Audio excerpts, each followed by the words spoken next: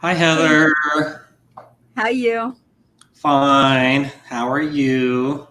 Doing good, thanks. Hi, audience. I see we have three members already. Mo the Cat, Braden Kincard, formerly Mini Hockey Stick, and Mystical Child.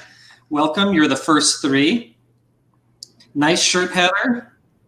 Thank you very much. I love this shirt. This is an I was awesome gonna shirt. look. I was gonna wear my Vegas Aces shirt, but I couldn't find it, so I had to wear my Reno Aces shirt. It's the best I could do. Nice. Do you have a Vegas Ace or what do you call it? Las Vegas Aces shirt? The baseball team? There is no Las Vegas Aces baseball team that I know of. Women's, I think it's a women's baseball team, Las Vegas Aces. I did not know that. Yep. Have they asked to buy your website? No, but I got my Vegas Aces trademark and without any problems from them, so I was pretty happy about that. Okay. So, yeah, in case anyone in the audience is wondering, I purchased a camera to use with my regular desktop computer, so I don't have to use my laptop anymore. So that's why you see the other side of my office. I love your office. You have a really cool office. But I love it's all so those messy. books. It's really, But it is a nice room. it is. You Let get me a show lot you of around a little sunlight. bit. So, like, I have a real nice ceiling fan, and let's see. I really like this. I have my own entrance to the outside. So if I'm on a phone call or something, I can just easily step outside and get some fresh air. And pretty good bookshelf space. Yeah. And on this side, I have my filing cabinets and stuff, and you can see that I have a fair bit of artwork. About half of it is done by people I know, like you. Adjust the camera here so you're not blinded. So, in fact, if I may say, this was a birthday gift for me. She did it herself. Thanks. Yeah, it was watercolor. I hope you like it. I do. This is outstanding. Cool. And I always love to get a handmade gift. So, How was Go thanks ahead. again. Yeah. How was your birthday? Considering the circumstances, it was fine. I had lunch with some Wizard of Vegas people and then just a family dinner. But you went to my 50th birthday party. That was a big thing with like 40 people and a taco truck. And I had been planning to do that for my 55th in conjunction with my son's high school graduation for a long time. But I wanted to respect the rule of social gatherings being 10 or less. So we called it off. Well, I mean, you could always do it again next year, right? But 56 is not such a big number. 55 plus 56 is a pretty big number and worth it. Okay, 56 is larger than 55, but the big milestones are any age that's evenly divisible by 5, and you can also throw in 18 and 21, and I would say 16 for girls, Really? 15 if you're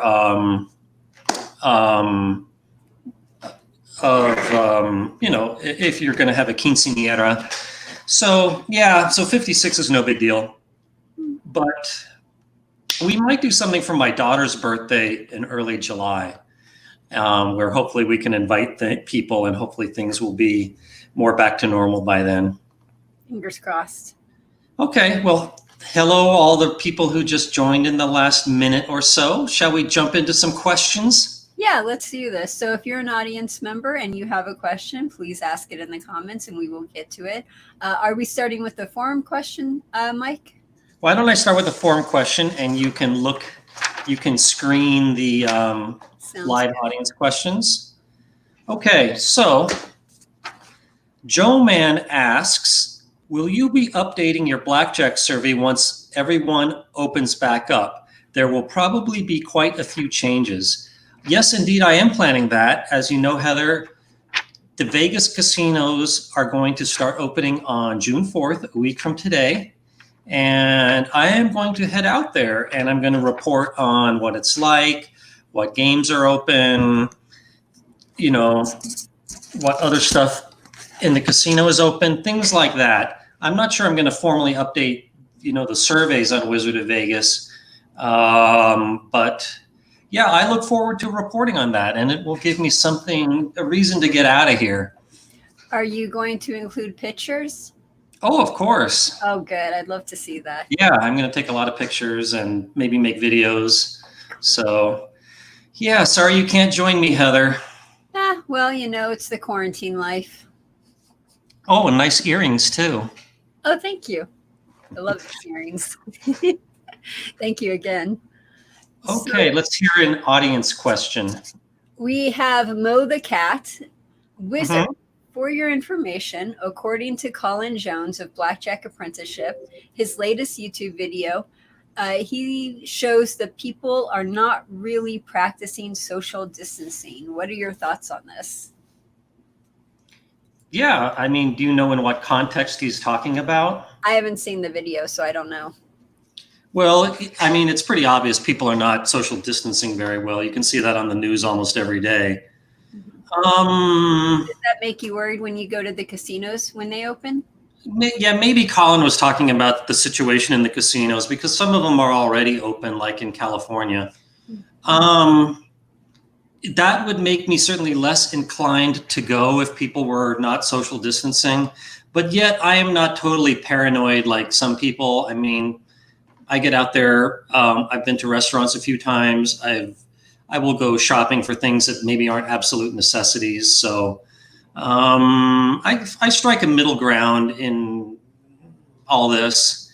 So, but I will definitely report next week how much people are social distancing. Very, very cool. In fact, maybe we should do the next live stream if you're available, not on Thursday, but on Friday, because on Thursday I can get out there and see what people are doing, and then we can talk about it on Friday. Are you available? Let's discuss it afterwards. Okay. Okay, cool. All right. So let's go back to a Wizard of Vegas question. Yes. Okay. On a previous AMA, the discussion, as I remember, turned to players who would team up to play both the red and black sides simultaneously in roulette or the pass and don't pass in craps. I tried to find this again, but I gave up. I don't remember too much how that went till right at the end, and surprised me with what you said. So that leads to this. Okay, yeah, we absolutely did discuss that. And one of my more controversial opinions is that if I ran a casino, I would not give players comp credit if they bet opposite ways in games like craps or roulette. And as we discussed before, I think players that are doing that are up to something. I think that they're milking the comp system somehow. They're probably abusing the mail. And I think that, for example, Adam might be betting the pass on a craps machine, and Bob might be betting the don't pass. And when it's all said and done, they split up the wins and losses, so they break even. But meanwhile, they're generating points, which gets them mail.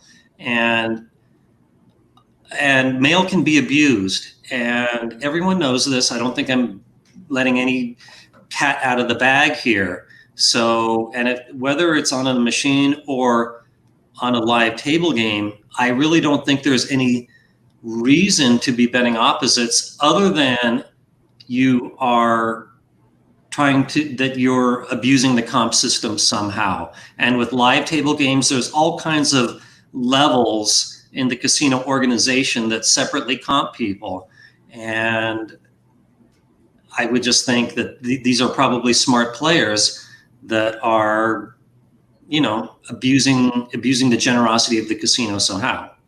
But likewise for players, I think it's a great way to earn comps with no risk. So there is my answer on that. Very cool. Do you have an opinion, Heather? Nope, no opinion. Okay.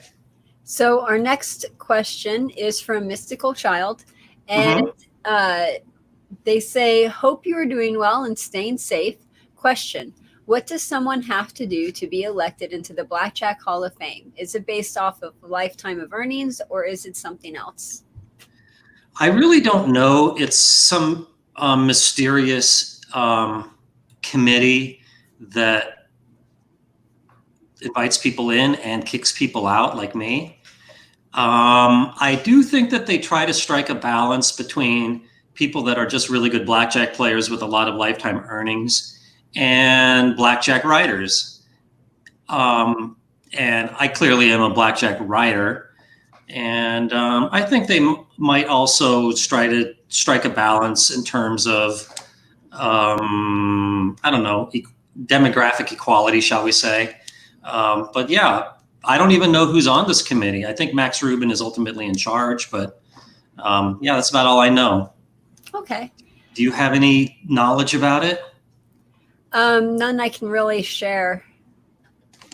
You want Okay. to do the forum shop or the forum question? Okay.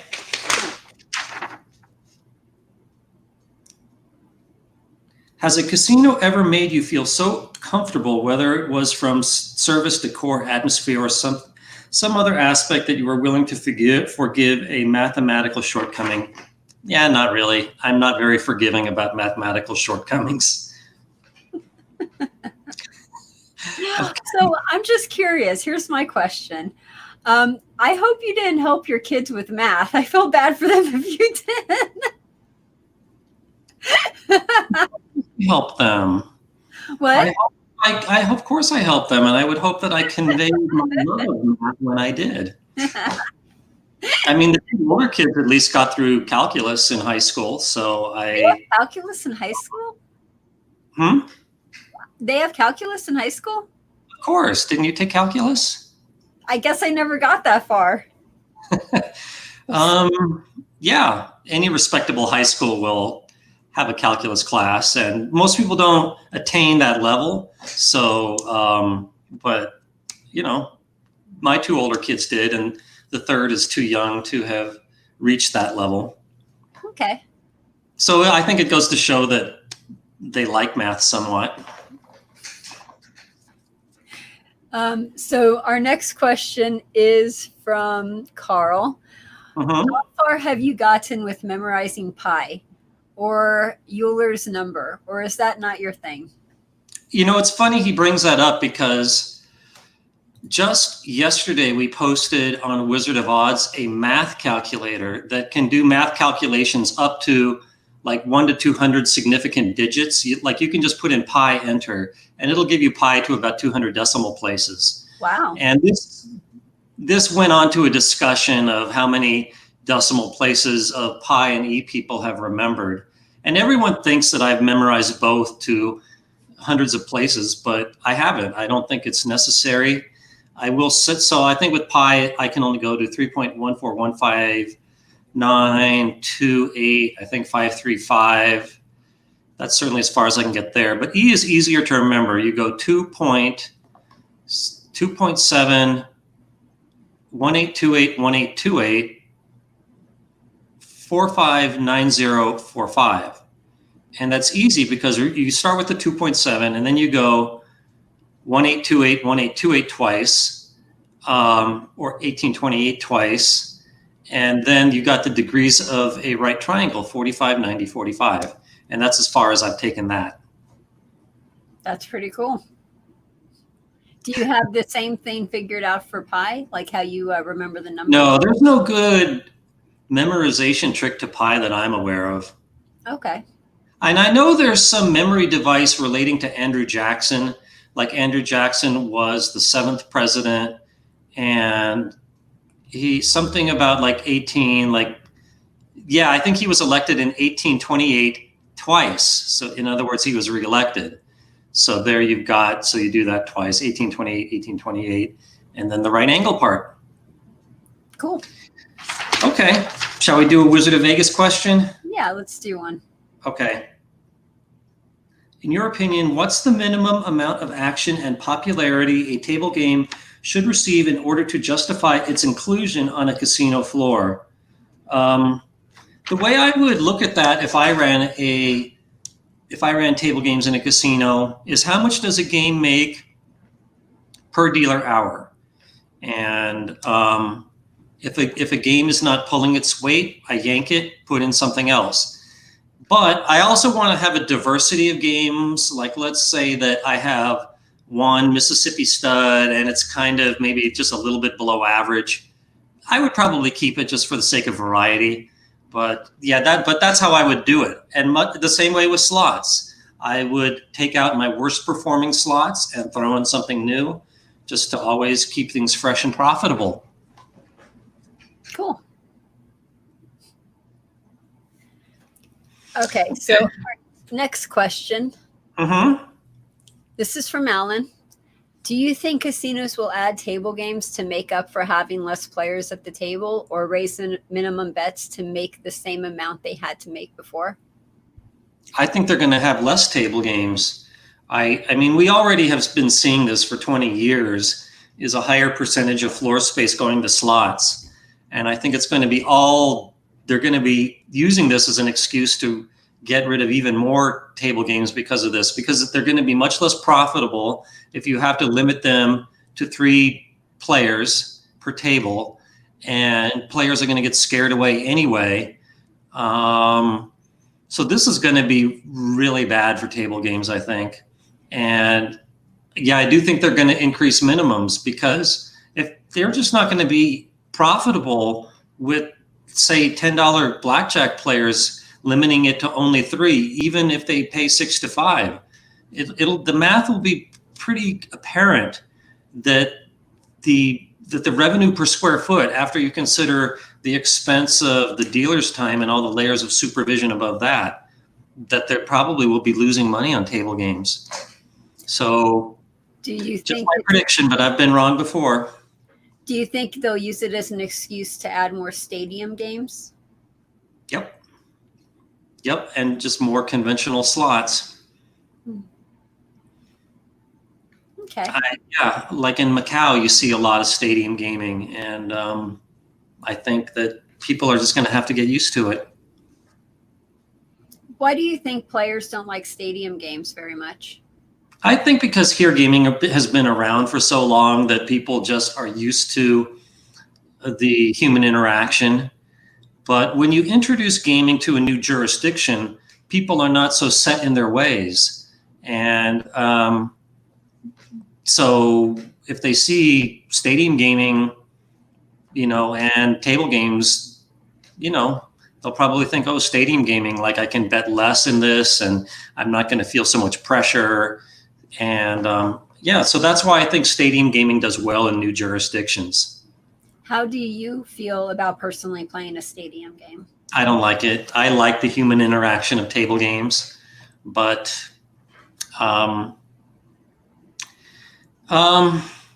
yeah. So I think we're going to graduate. I think that right now, I think about 60% of table game floor space is devoted to slots, and I think we're going to see that going up to about 80. Just my prediction. Okay. Do you care to throw one out, Heather? Okay. Okay, whose turn is it? I think we're doing the forum question. I think it's your turn. Okay. Gilmer asks, classic rock is usually blasted in the casinos. I find myself in nowadays. If you ran a casino, what type of music would you play? I would play classic rock. I was in high school and college in the 80s, so that's what I know.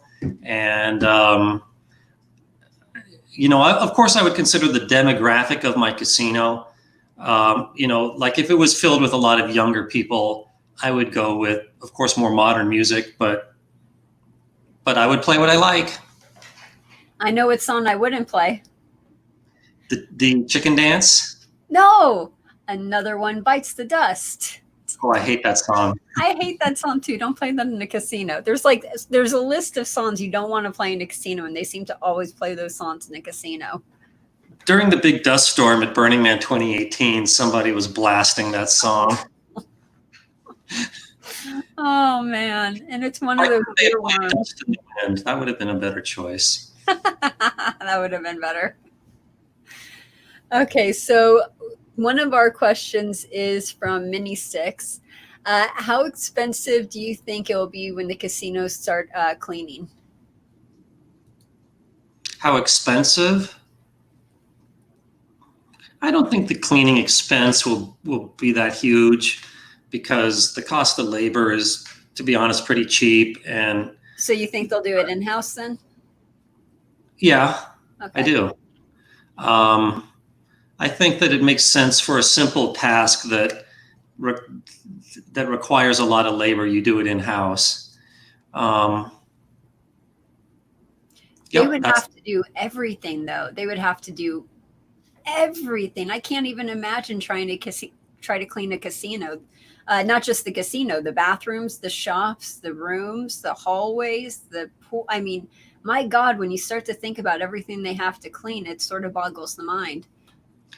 I don't think it's going to be, I mean, they already clean that stuff anyway. I mean, yes, they will have to clean it more frequently and better. They don't clean that stuff already. They clean what they have to clean. Mm-hmm. Believe me. Mm-hmm. But they would not clean the chips. They would not clean our shoe. They would not clean like stuff on the table. Like they cleaned what they had to clean. Well, you have a good point there. Like some casinos, like the chips are so dirty, you think that they're going to sprout legs and walk away. Oh my God, yes. Okay, let's see. Whose turn is it? Your turn. Okay, this is the last one on my end. Okay, we got plenty of questions over here, so I think we'll be good for a while. Okay, what do you enjoy contemplating more? The math for big things like black holes, the expansion of the universe, and the speed of light, or the math of small things like the bizarre behavior of subatomic particles? I'm more interested in the big picture, like black holes and the size of the universe and things like that. But it's all interconnected. To understand the big picture, you have to understand the very tiny picture. So, well, they know it's connected, but they don't know how it's connected. They don't know anything about the connection. But they that's what they're trying to figure out is they know they're connected, but they don't know what that connection is or how it's connected. And that's one of the mysteries of science. I love this. Well, they like to say that everything can be explained in terms of the four forces, the strong, the weak, electromagnetic, and gravity. And the unified theory says that they're really just all the same force, but in different ways. And this is getting kind of beyond my comfort zone. But when I took astronomy in college, the professor took it everywhere down to quarks, all the way up to the whole nature of the whole universe. And so, but I do think that, and I can't give a lecture off the top of my head, but I think that if you do understand what holds together the nucleus of an atom, it helps to understand, shall we say, the big picture and the shape of the universe and maybe the whole origin of the universe. So that's about as far as I can take that. Okay. I see Anne is here. Hi, Anne. Hey, Anne. Okay, so Anne says, we know you are an avid license plate collector. If you had the time and budget, what would you collect that you've had an interest in but haven't started yet? That's a good one. I do have some classic casino chips, but if I had more time and money, I would like to expand that collection. Let me think. I love presidential stuff. Like, I would love to have like actual letters and stuff written by previous presidents. And but then again, the older I get, the less time I spend on collecting stuff. Yeah, so that's about the best I can do with that one. Okay. So what's Do you collect anything, Heather? do I what? Collect anything?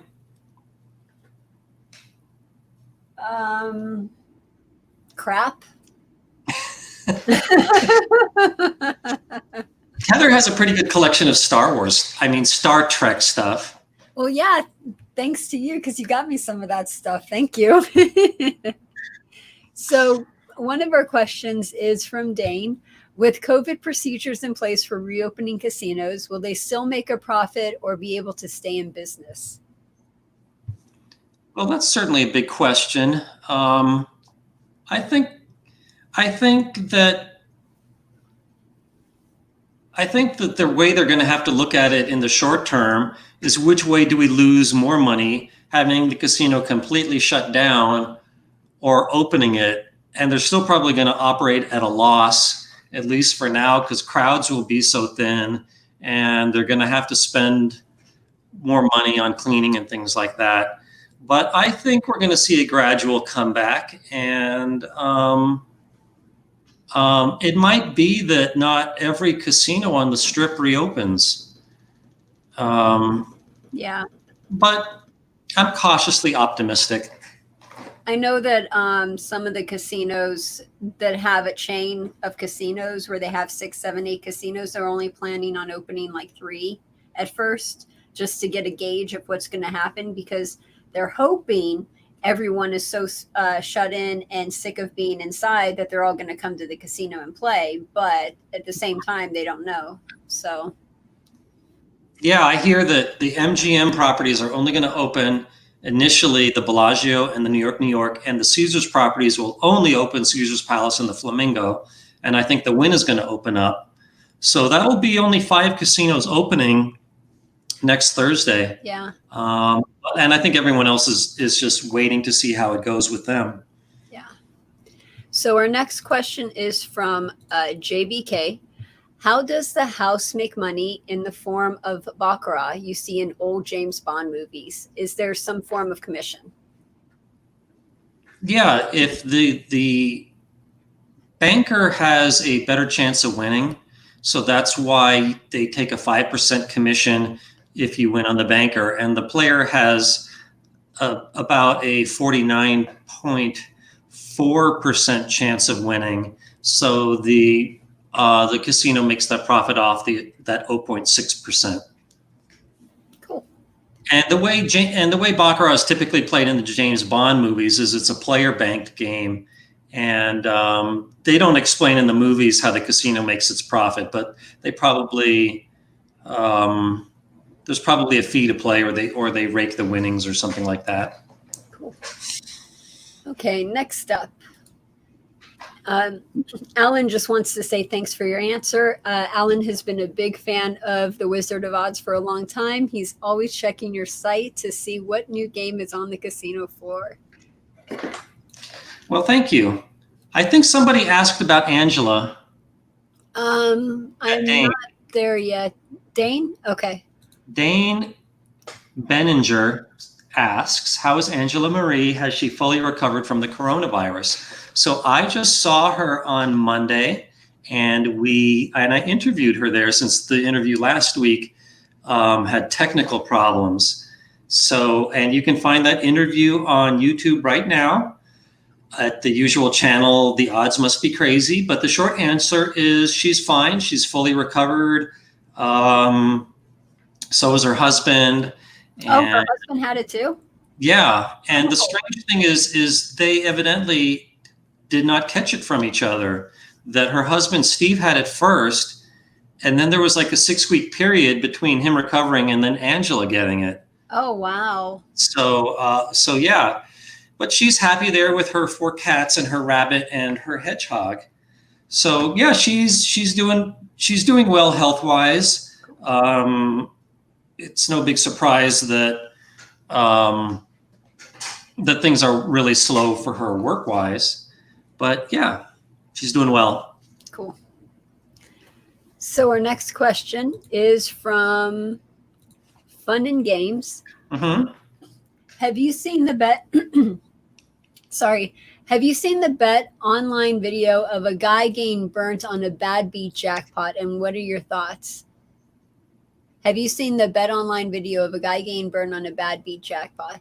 No, I haven't. No, I haven't either. I've seen a bad beat jackpot before. Yeah, if you want to give me a link in the comments, I'll look for that after the show. Definitely. Next one is from Craps Strategies. I enjoyed your videos on Hex Hazard Extreme. Have you figured out the house edge? Hex Hazard Extreme. So that was the Italian game with 5 dice, right? Or 6 that was dice. The one at Cutting Edge where it looked like a honey bee cone. Oh yeah.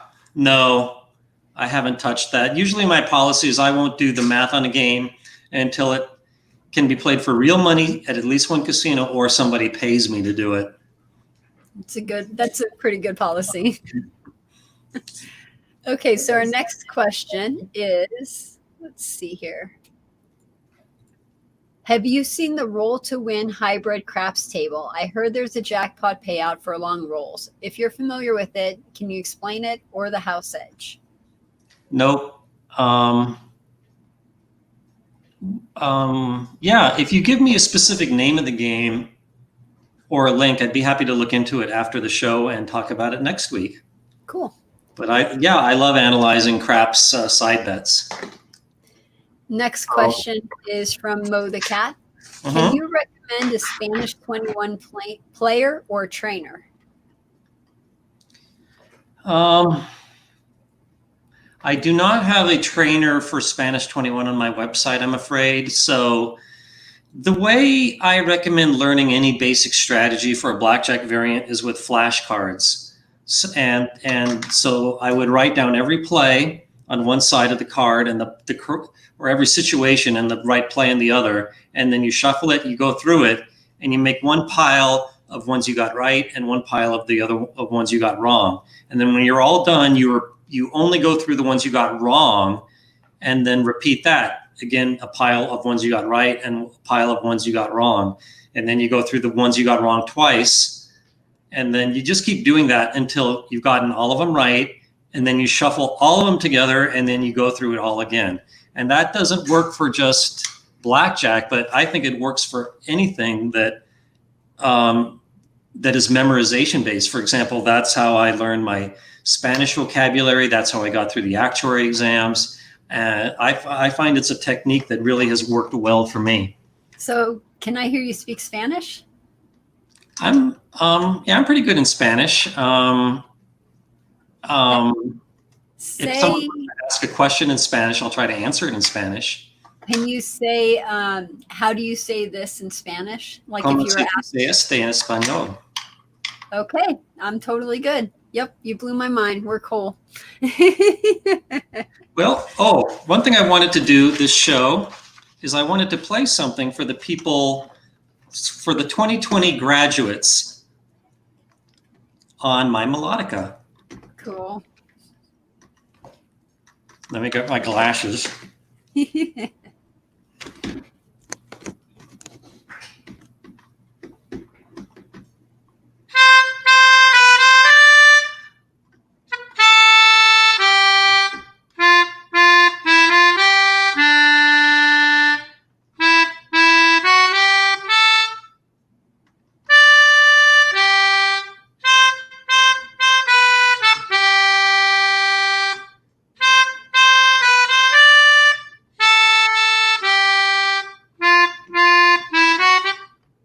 Sorry.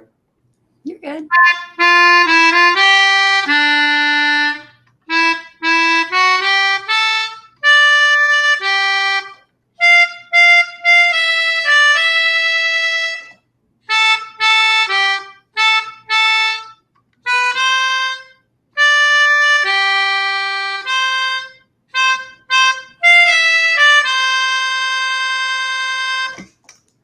Thank you. Hope that wasn't too terrible. Very, very cool. Better than me. I wouldn't be able to play anything. So Awesome. What do you say, audience? Would you like me to play something every show, a different piece, or do you just hate the melodica like some people? I'm taking notes. Can you play the Brady Bunch theme? I would need to print out the sheet music. I'm not good at playing by ear. That's so cool. But everyone is loving it in the chat. You got applause. You got bravo for man. You got a whole bunch of stuff. Macho Man. Oh, I love that song. Yeah. When I get drunk, I love to sing Macho Man. That's my favorite Village People song, by the way. Macho Man. There you go. Play that on there. Okay. So, yeah, I will note requests for what to play next week after the show. And if you are watching this on the replay, go ahead and put it in the comments and we'll add it to it. So next up is from Joey. How long does it take for you to work out all of the math of a new game? It really depends on the game. Like Pai Gow Tiles took like a solid year to analyze, whereas something simple like Sickbo would take an hour. Wow. So there's a huge difference. Yep, huge difference. What's the average? 3 days. Okay. Cool. Okay, so next up, Anne has a good suggestion. She says, play something new each time, but have us guess what it is you're playing. That's a good idea. I like that idea. That's a really good idea. So next one is Count First. Have you thought about having a tournament using your free Baccarat online table? Participants would start out with 10,000 in fake money, no prizes, just for fun. I know you do tournaments, Heather, but I don't see how I could. I mean, maybe I could sit here and deal out cards. That's maybe not such a bad idea, but the way I would do it is the way you do it, Heather, where I would actually have cards and chips and people would have to say how much they're betting. So yeah, let me think about that. Cool. But speaking of guessing the piece, I mean, everyone knows that what I just played is, it's sometimes called Pomp and Circumstance, but it's what you typically play at a graduation. But according to my sheet music here, I'll cover up the title. What is the name of it? Oh. No. Good question. Okay, so if you guys are watching and you know this, write it in the comments. So there's an actual name, like that's not the name, it's something else? Yeah, it's the name of an actual tune. Okay, interesting. Okay, so we are just waiting for people to respond. As we are waiting for people to respond, we got another question here. Do you know anything about the Fermi Paradox? I don't remember what that is, to be honest with you. It has something to do with finding signs of other civilizations in the galaxy or the universe. Oh, is that the paradox of how come, where is everybody, right? I don't know. I don't know this paradox. I like paradoxes, so I have fun with them, but I don't know this one. Okay, well, here's how it goes.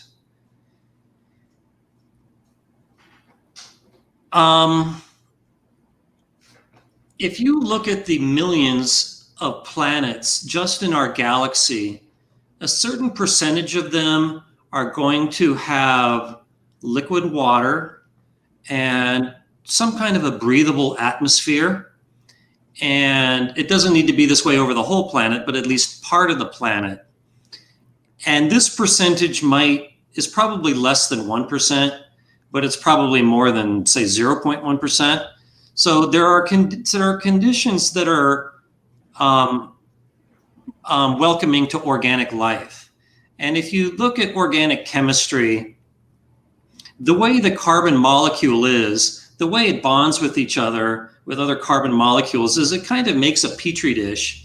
And what goes on in the inside is you can have oxygen and nitrogen and hydrogen, and it can really be kind of safely form complex molecules. So I think that if you had say a million planets just like Earth, but scattered around the galaxy, and with the same temperature, I think practically all of them would develop organic life. And from there, I think just given the survival of the fittest, I think in a lot of those you would see intelligent life eventually. And we're already at a point where we are broadcasting in space a signal like, is anyone else out there? Here we are. Here's where Earth is. Please talk to us. And so far we haven't heard anything yet, but maybe we just haven't, maybe our receivers aren't, not our telescopes, but our radio dishes aren't good enough yet. I tend to think that communication might happen over gravity waves, as you saw in the movie. What was that movie? Was it Gravity? I don't know. Interstellar. Okay. Yes. And I really believe that intelligent life does spring up all over the galaxy. But the question is, if this is happening, how come they haven't reached us yet? How come they haven't found us? How come they're not at least communicating with us? Uh-huh. So that's the paradox. In other words, where is everybody? And my theory is that when we get too smart, we get better and better at killing each other. And we can see it now that anyone who wanted to could get plenty of weapons and probably kill people in the hundreds. But smart people and smart institutions can kill way more than that. Basically, I think that the intelligent life forms would kill each other before they got to the point where they are exploring the whole galaxy. And I know I'm not the first one to think of this concept, but that is my answer. Okay. I had to write this down because otherwise I would forget. I have 4 points on that. Okay. So the point number one is we actually don't need earth and water and the planet to be a certain distance away from the sun for it to be habitable. Mm-hmm. We have already found life living in conditions that we would normally suspect as it not being habitable. For example, they found living organisms in arsenic, for example. So you would imagine that, you can't survive in that type of poison, but they found, creatures thriving. So they have found that, and they think that there is life on planets that we wouldn't think would sustain life. It doesn't have water, it doesn't have air, it's not a certain way far away from the sun, but it's still able to support life. So that's point number one. May I respond to point number one? Yes. Okay, I agree with that. We have found life in boiling water. We found life at the bottom of the ocean. I believe that there is evidence that there has been life on Mars. So I think life will spring up in really, really hostile conditions. But I think that it takes very comfortable conditions for it to evolve into intelligent life. So if you don't have a comment, let's go on to point number two. So point number two is we are using radio waves to try to get a hold of the aliens out there, and radio waves don't go very far. Good point. So we're only able to get a certain amount of light years away from our planet, and that doesn't include very many planets in that range. Point number three, when we do try to find aliens, we are looking at the universe, but when we look at the universe, we're looking at the past. So those alien life forms, when we're looking at the past, they might not have evolved far enough to have developed space travel. And that might be another reason why we're not seeing anything. Now, that point I disagree with, because, we've already had tens of thousands of years on this planet, and it's not like this is a young planet. And furthermore, there have been other galaxies. Not other galaxies, other galaxies that have come and gone in the Milky Way. No, other solar systems. And there could have been intelligent life out there like 100,000 years ago. So we are just like one arbitrary point in time right now. We are one arbitrary point in time, but when we look back into the stars and when we look into That's space, true. We're absolutely looking into the past, but there may have been intelligent life in the past. It's not like everyone started at the same time as the Earth started. Everything didn't start at the same time. And then point number 4 is the reason why aliens haven't like made contact is because the human race isn't, I'm sorry, we're too dumb. So, it's like pre-warp capabilities. Why would, in Star Trek, it's pre-warp capabilities. Why would you want to go to a planet with pre-warp capabilities? It's like saying, why would you go to the anthill and mess with the ants? They don't know any better. Why would you like try to go and talk to them about an iPad when the ants don't know anything? That would be the same as the aliens coming here and trying to talk with us about their technology. Well, I would like to think that maybe they would like to help us. And also, if they viewed us as just like a bunch of ants, then certainly the Earth would have some benefit to them, like in terms of mining. And yeah, they would mine us. We would be slaves. Oh my God, overlords, alien overlords. Well, that's what happened in the Battlefield, not Battlefield Earth. Well, I guess it happened in that. Yeah, Battlefield Earth is the premise. There is aliens found Earth and they wanted to mine it for the minerals. So first they killed like 99% of humans just to get that problem out of the way. And with the other 1%, they turned them into slaves. Oh my. But then within that 1%, there was a rebellion. Wasn't it as far as I'll take that book, but it was a pretty good book. I haven't seen the movie, but I hear the movie was awful, but it was a good book. Wasn't it the plot of Mars Attacks too? Don't know. Okay. Have you ever seen Girls Are Easy? No, I haven't. That's a good one. Okay. What's it called again? Earth Girls Are Easy. I believe it was the first cinematic debut of Jim Carrey, Gina Davis. I've got to check that out. I think it was Damon Wayans. It's one of the Wayans brothers.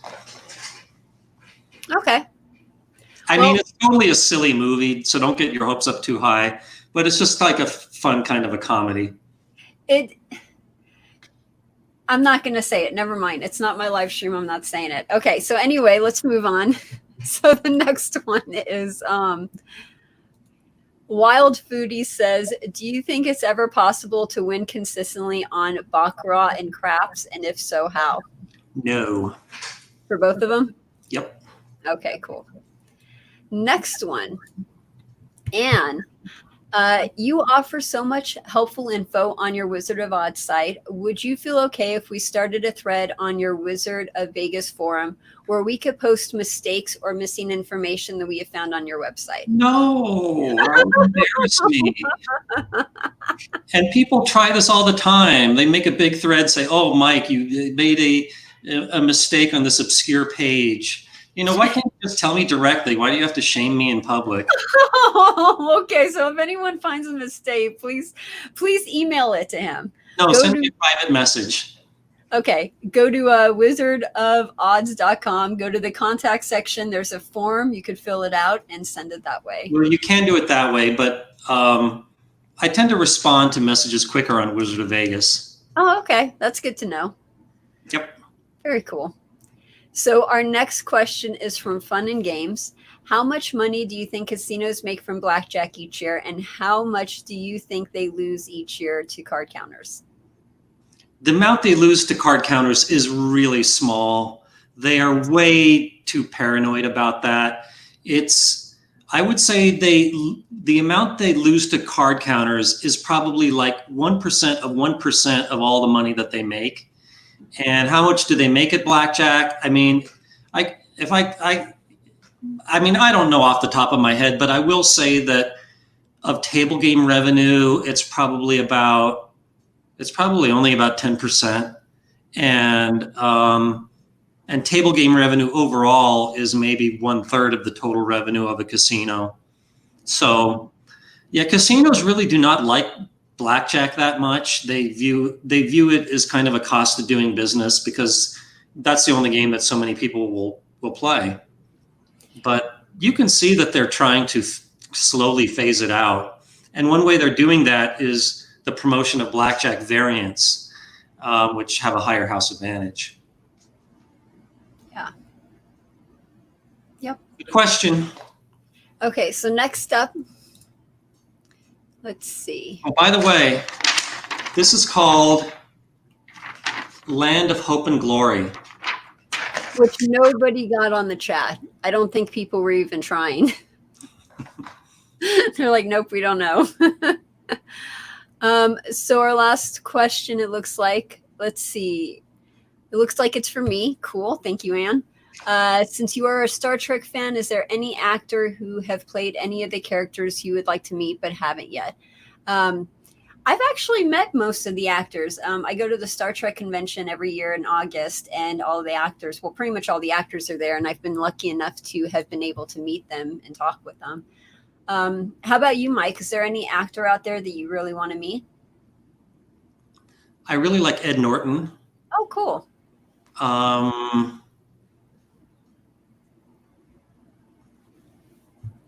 That's all I could think of off the top of my head.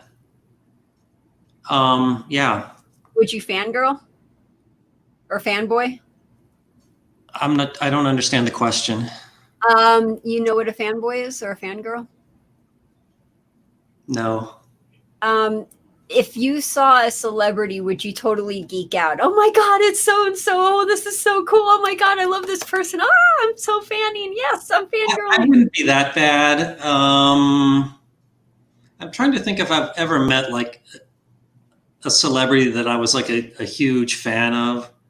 No, I don't think I would do that. I think I would be pretty cool about it. Okay, cool. And it looks like we're pretty much out of questions, but we have 9 minutes left, so it looks like we're pretty much on time. Anyone out there, if you have a question, please ask. We got a few more minutes left, so speak now or forever hold your peace.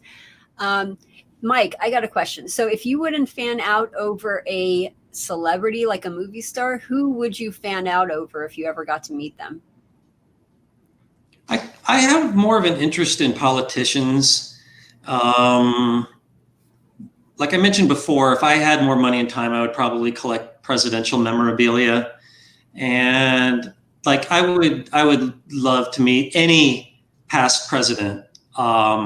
Even if I didn't like them as a president, I totally respect the office and would love to have a beer with any president, vice president, any like prominent political figure. Well, in that case, if you could pick any president ever, like it doesn't matter if they're dead, like any president, what president would you go and have a beer with? That's a good one. I think I might go all the way back to George Washington. I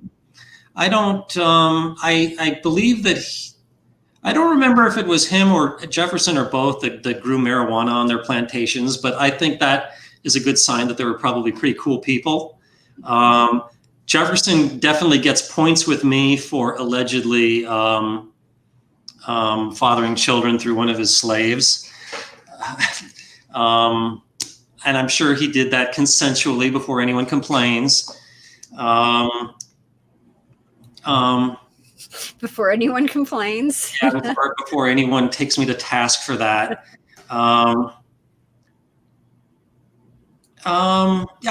Let me go with Jefferson over Washington, but I would be happy to meet either one. And it would be fun to just see, the way they spoke back then and how they were just relaxed in their own living room as opposed to writing some important speech, something like that. So do you ever enjoy going to those reenactments? No. When I lived in Baltimore, you saw Civil War reenactments all the time. And I have nothing against them. As long as you're not hurting anybody, do whatever you wish. But I never had a desire to get into that scene. Okay. I'm a friend who is friends with George W. Bush, and he says that when George Bush is just hanging it at his house. He has a good sense of humor and a little bit self-effacing, but he also demands, respect, that that you're supposed to call him Mr. President. And so I don't know why I throw that out there, but I do think that all these big political figures that we read about in history books were also just regular people, and we're probably approachable to the common man. He's also a painter too. W. Yeah, I heard he did get into painting after he retired. Okay, so I just offended by my Thomas Jefferson remark. Who was? Anyone offended? Oh, I'll check. But before we do that, I just want to point out a correction. I was wrong. Joey 501 did get it. He did say Land of Hope and Glory, and he said it at 3:37 p.m. So he totally got that, and I missed it. So I just wanted to point that out really quick, Joey. Congratulations, Joey. Oh, I see that Anne mentions Barry Corbin. So I guess Anne will let me tell this story. Okay. Anne is friends with Barry Corbin, and if you don't know who he is, he played Maurice on Northern Exposure, and he has played so many other things. Like he played that guy on Better Call Saul, who was, what's the term for it? Where the bank was trying to evict him, and he refused to leave his house.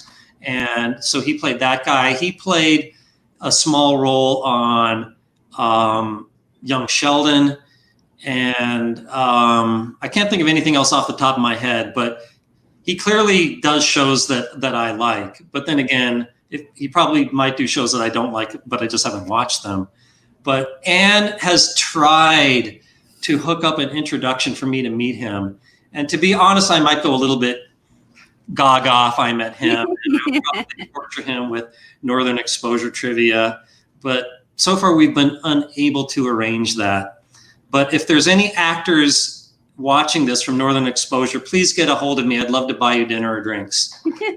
Or from the Brady Bunch. Or the Brady Bunch. I want to have someone on the Brady Bunch, and I want you to do Brady Bunch trivia on them. I would watch that. I would love to. Heather, if you could meet anyone from the Brady Bunch, who would you pick?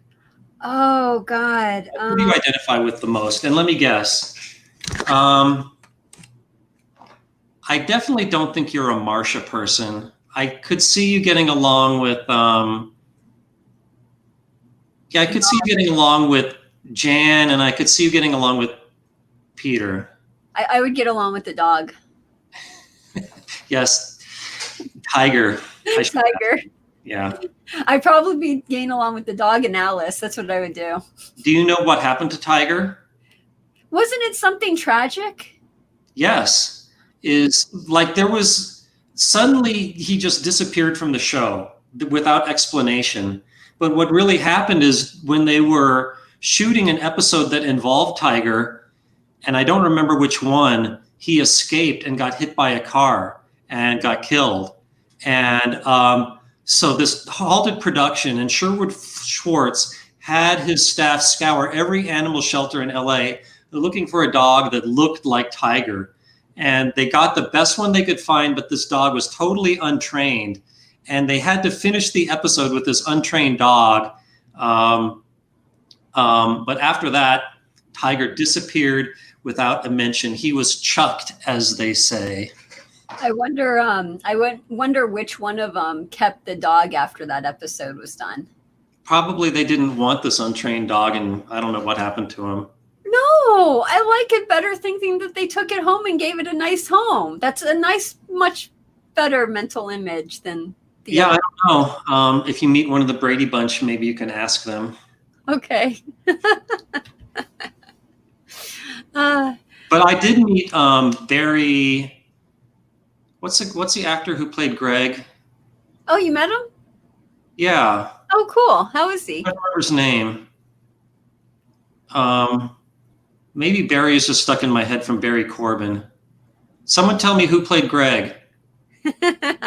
Anyway, he did a show, like a musical show here in Vegas, and they did one performance at the Suncoast, And so, of course, I went, and I felt so bad for him because there was only like 10 people in the audience. Aw. And so he asked for a volunteer from the audience. And of course, I raised my hand, and like he helped me up on the stage. And I think he like asked me my name and where I was from. But yeah. And said his name is Barry Williams. Barry Williams, another Barry. I was right. Yep. Totally. So we are at 3:59. Do you want to do one last question, or do you want? Does anyone have a good last question? I got one from Fun and Games. Okay. He says, "Do you see online gambling returning to the U.S. within the next 10 or 20 years?" I think online gambling is going to get bigger because of the coronavirus. It's a safe way to play, and I think that the online gambling business, I think, has done well through all of this. Or it has at least doing the same. So I think that casinos are really going to press harder for legalization of that. So I definitely am bullish on online gambling. Could you imagine MGM or the Wynn or Bellagio having live casino games online? Well, I don't think it's going to be like a live dealer, although they could do that. But I know that a lot of them already have sports betting, and I think some of them have electronic gaming that you can do as long as you're within Nevada. Yeah.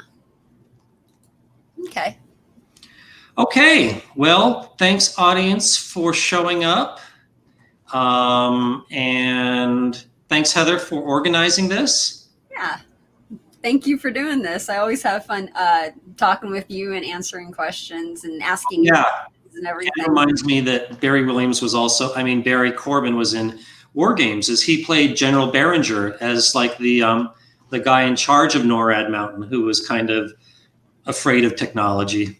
Yeah, cool. Another one of my favorite movies, by the way, and I think that movie was kind of was very, what's the word? Like it predicted a lot of things that we would later see in the world of computers. Like that's the first movie, I think, that kind of showed the internet. Cool. Right on. Okay. So again, thanks everyone. And we will, so I'm not sure when like I said at the beginning, they're opening the casinos a week from today. So we probably won't do a live stream on Thursday, but just check Wizard of Vegas for when the next one will be. Cool. Okay. Bye guys. See ya. Bye.